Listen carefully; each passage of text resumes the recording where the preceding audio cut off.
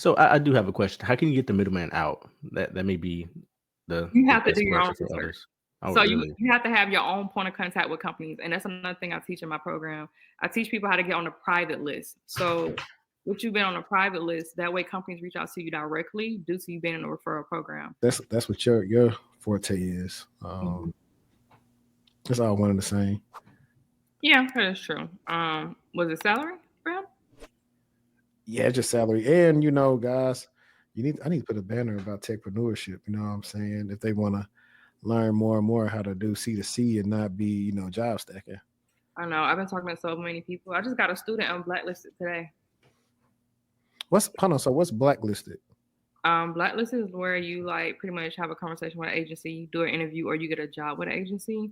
And say for example, you quit within a week, or you not showing up, or you just like leave it on a bad note. You'll be surprised. People doing it right now. And they will blacklist you, basically put in a system like, hey, do not reach out or engage with this candidate, bad for business, X, Y, and Z. And then if they have a sister company, then you can get blacklisted from the sister company because, say, for example, they work with other, they have partners, then it's going to be in the system like, hey, we can't work with this person. And now you like limit it to just, recruiter opportunities and stuff like that. So, Check you out doing the work of the people. man, what? I was like, you got blacklisted twice? That means you really did something bad. So when they normally coming to you with the low ball numbers, what you typically respond with? They don't come with me low ball numbers because I don't play that. So, matter of fact, I had a situation happen yesterday. I had somebody, they reached out to me, asked me, am I open to work on a contract? I said yes. And the first thing they asked were, what is your rates? Now, with me, I always shoot for the high numbers and then I work my way down because I'm like, the sky's the limit. The most they can tell me is no. So, I'll give them like my max on the contract, especially it depends on like the job description, what all they need, and how much time it's going to take. I'll like leverage out that way. And so, for example, yesterday I told this one guy, I was like, hey, I'll do it for 95 an hour. Then he was like, oh, I mean, we can do 95, but only for corp to corp. And I'm like, I have a corporation. Like, I wasn't planning on doing W-2. And he was like, well, for W-2, we could have did it for like 75, 80. And I was like, no, I want to do it for a corporation. He was okay, cool. We could try, based off your experience and your expertise and your background. I'm pretty sure we can get you at 90. So, yeah, I always shoot high to aim low later. So how you so this thing too, like, because a lot of people don't know this, and if we giving away too much sauce, let me know. Okay. But how do you know how do you know what's the market rate for your services when you're doing corp to corp or whatever? I look at Levels.fyi. I go to that site. I have all my mentees go there. And then I also look into like LinkedIn, how much they're charging. Or, if you constantly talking to recruiters and they're giving like all around the same range, then it's okay, this is the market. And especially if you see a job post and they say like, hey, we're doing like, okay, 150 or 140, and like you see it often, then it's like, okay, that's the average. Yeah, because I know this one time I thought I had hit me a lick. I was going to give me a corp to corp gig working with Airbnb. It was on the low end. It was like 95. Okay. But the funny thing is they initially reached out to me, and because I didn't have a certain certification, they couldn't submit me for this role that was paying 150 an hour. Uh-huh. And I was like, that's crazy. You gotta be on point with the stats. Like you gotta, to get the highest, you have to fit everything that's 100% on the job description.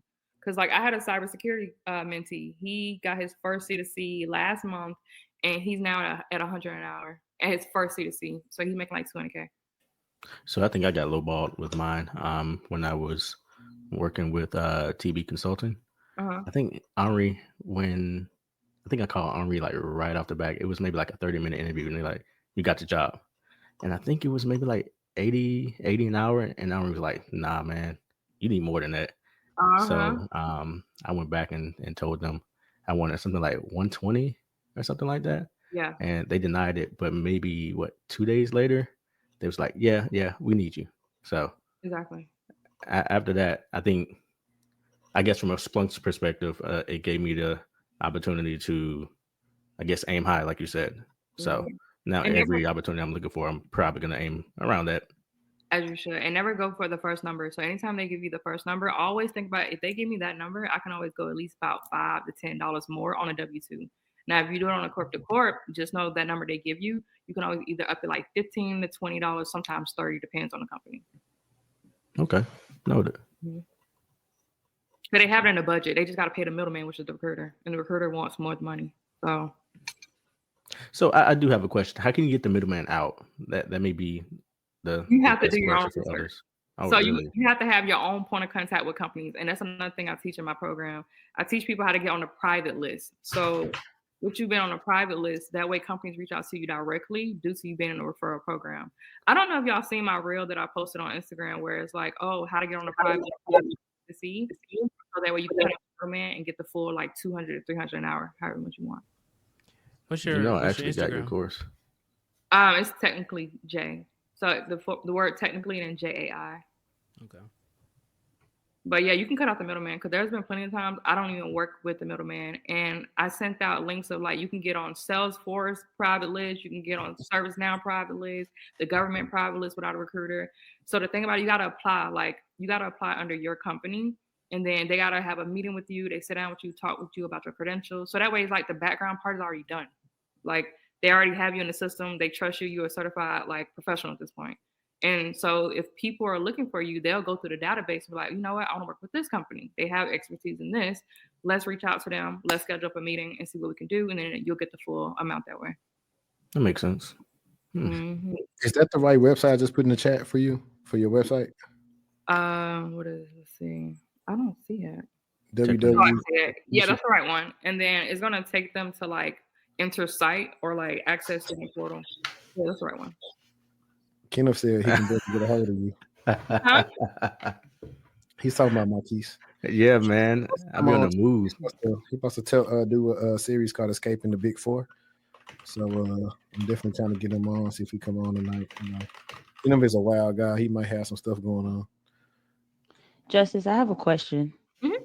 So do you have people that work under you that have different skill sets? Ooh, girl, you asking a good question. Okay. So yeah, like because I'm like I have a million questions really, but I'm gonna just leave it to that one. Yeah. Yeah, you know what? Y'all can ask as many questions y'all want. This will be a free consultation.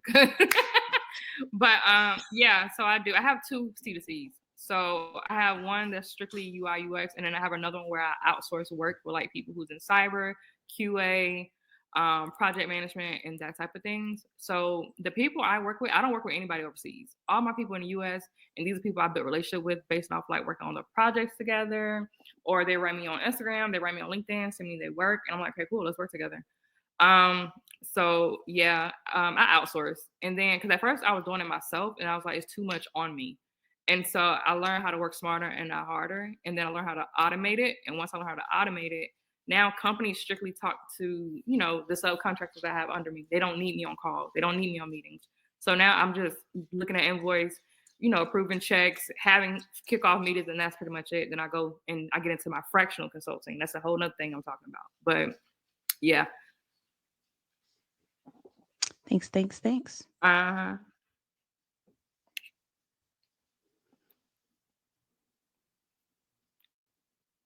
So yeah, Mr. Building. I'm a DM you.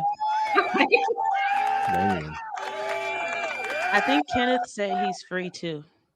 And also, everybody, if y'all do decide to go sign up, let her know where y'all came from so I can send her an invoice. You have your own code. Yeah, but remember, you didn't send it. You didn't resend it. Your code works. It's TC10. No, but I'm saying you didn't resend it. I couldn't set up my account to get the link. No. Okay, I'll do it tonight.